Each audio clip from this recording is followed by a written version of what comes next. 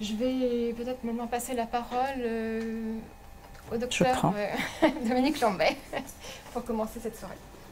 Bienvenue à Catherine Labouret, d'abord, qui est donc une maison de retraite. C'est un établissement, un EHPAD, EHPAD, établissement d'hébergement pour personnes âgées dépendantes. Donc, en fait, toutes les personnes qui sont ici sont des gens qui sont dépendants et dont le maintien à domicile est impossible. Alors, il est impossible pour deux raisons.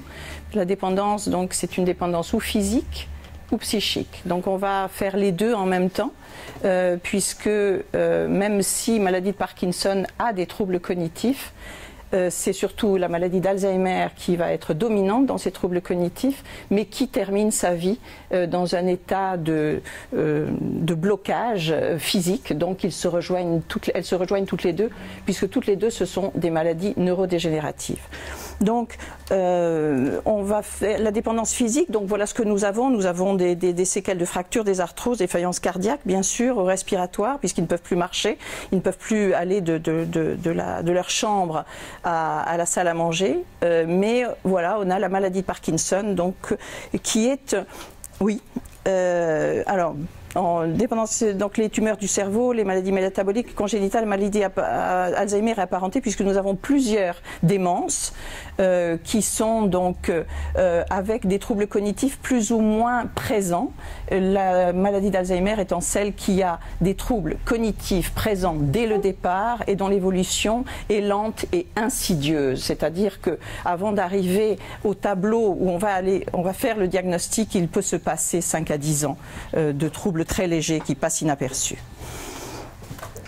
Alors la maladie de Parkinson, donc cette maladie neurodégénérative, c'est une maladie qui va toucher tout ce qui est l'action, tout le mouvement, puisque donc les noyaux qui sont touchés sont les noyaux gris centraux, qui sont un endroit très très central du cerveau et qui sécrètent de la dopamine pour agir comme neurotransmetteurs, et ils sont donc dégénératifs. Cette dopamine est de plus en plus faible et donc on va avoir plusieurs tableaux, soit le tableau qui est le plus classique, donc c'est l'enraidissement, hein, c'est l'akinésie, soit c'est l'inverse puisque le mouvement n'est plus correct, donc c'est l'hyperkinésie avec ces gestes incontrôlés qui est beaucoup plus rare mais qui existe.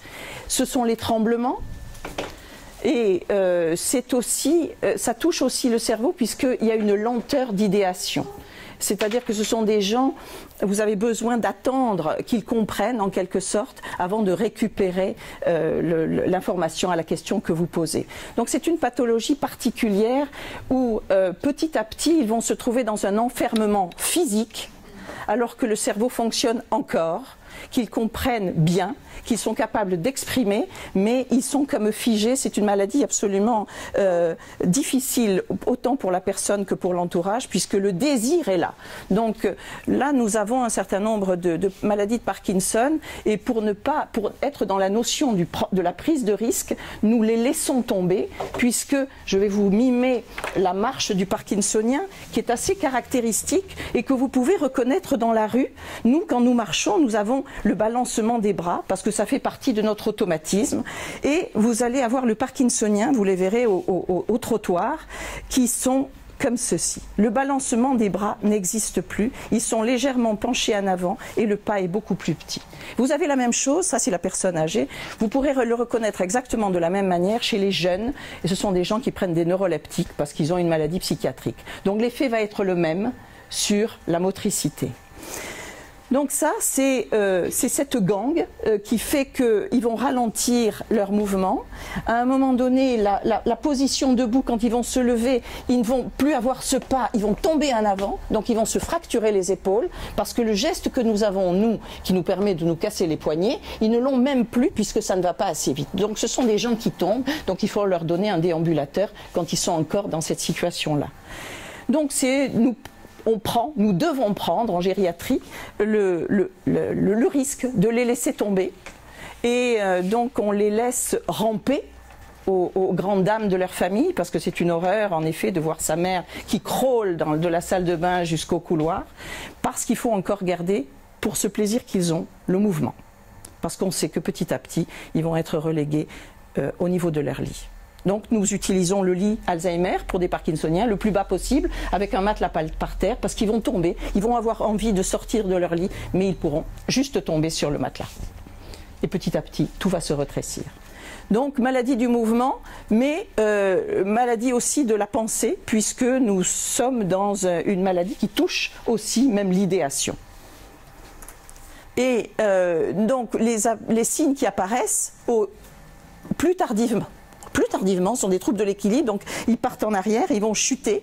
Les crampes, les fourmillements, les troubles digestifs, l'hypotension orthostatique, qui est tout à fait caractéristique de la maladie de Parkinson, ils se lèvent et comme là aussi il y a ce qu'on appelle une dysautonomie, c'est-à-dire que le système végétatif n'arrive plus, comme quand nous sommes assis, nous avons une tension d'une certaine valeur, on se lève et il y a immédiatement une adaptation, ça doit chuter mais hop, on a un système qui fait que ça se régule. Là ils ne l'ont plus, donc hop, ils ont un malaise qui est caractéristique de la maladie de Parkinson. Hypotension orthostatique. Troubles du sommeil, sueur et donc les troubles psychiques avec la dépression. Les hallucinations également, ça fait partie, mais ça fait partie aussi du traitement, puisque qu'est-ce qu'on va leur donner? Alors les mouvements anormaux, je vous en ai parlé, sont des dyskinésies. Les hallucinations donc, peuvent être provoquées par le médicament qu'on va leur donner, qui est l'équivalent de la dopamine. Voilà, donc on remplace à heure fixe, parce que c'est une molécule qui ne vit pas longtemps, donc il faut être très régulier, et c'est caractéristique de la maladie. On passe. Donc l'accompagnement, laisser la liberté, le risque, l'évolution, et anticiper sans immobiliser, bien évidemment. Donc, très peu finalement, avant de 65 ans, c'est donc une maladie neurodégénérative, c'est la maladie du mouvement, c'est ce qu'il faut se souvenir de cette maladie-là. Alors là, il nous faut retourner vers l'Alzheimer. Mais je vais commencer l'Alzheimer pour ne pas perdre de temps. Donc la maladie d'Alzheimer, c'est autre chose, mais c'est également une maladie neurodégénérative qui est un peu particulière parce qu'elle a une expression psychiatrique, c'est-à-dire son expression est dans le lien à l'autre. Et c'est pour ça qu'elle nous touche tellement. Et donc là, quelle est l'anomalie? Ce n'est plus un manque de neuromédiateurs, ce sont des dépôts au contraire, à des endroits très particuliers, qui est donc le lieu central du cerveau, qui est l'hippocampe, qui est une structure exactement au centre du cerveau, très bas située, qui fait le lien entre les deux hémisphères. C'est une structure archaïque, c'est là où est le siège de la mémoire. Donc deux anomalies, les neurofibrilles et les plaques amyloïdes. Les plaques amyloïdes vont se déposer sur l'axone, sur le neurone, et va bloquer la conduction entre un et le deuxième neurone. Les neurofibrilles, c'est presque la même chose puisque ça va bloquer, mais c'est l'axone qui s'entortille et qui fait que la conduction est anormale aussi. Qu'est-ce qui se passe? C'est donc et ça fait donc une perte d'acétylcholine. Donc on a des médicaments pour empêcher la dégradation de l'acétylcholine. Ces médicaments, vous savez, donc il n'y a que 30% d'effets positifs. Ils sont remis en cause actuellement. Il y en a cependant un qui marche bien sur les troubles du comportement dont on va parler tout à l'heure.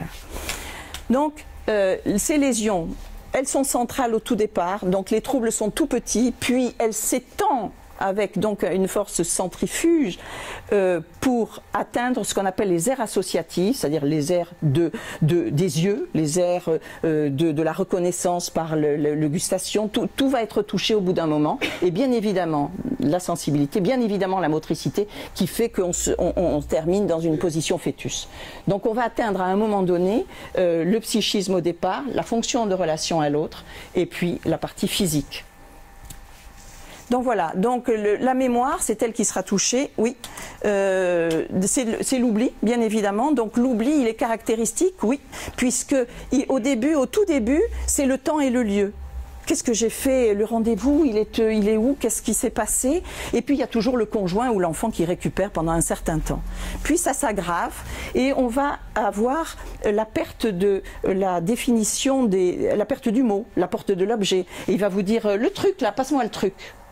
Puis l'autre étape, c'est la perte, l'oubli de la fonction de l'objet. C'est-à-dire que si vous voyez de façon ancestrale comment on apprend, petit enfant, à savoir à quoi sert une fourchette, c'est ça qu'il va apprendre. Donc il va arriver avec la fourchette, pendant un moment il va s'en servir, et puis à un moment donné il va la taper sur la table parce qu'il ne saura pas. Donc l'utilisation de ce qu'on appelle les neurones miroirs, on met quelqu'un qui sait manger encore, et par analogie, il va continuer à manger, alors qu'il est tout seul, il ne saurait pas. Fonction de l'objet, puis arrive un moment où on ne reconnaît plus l'autre, et puis à un moment donné, on ne sait plus qui on est. Donc il y a 5 mémoires. La mémoire de travail, elle va être touchée très rapidement. La mémoire épisodique, elle va être plus tardivement touchée. Les mots, donc puisque ça va être la définition qu'on va voir tout à l'heure de l'aphasie. La mémoire procédurale, les séquences de gestes restent assez longtemps, mais il y en a une qui va rester intacte très longtemps, et c'est là où on touche. C'est la mémoire implicite, c'est donc la mémoire archaïque, la mémoire de la sensibilité, la mémoire émotionnelle.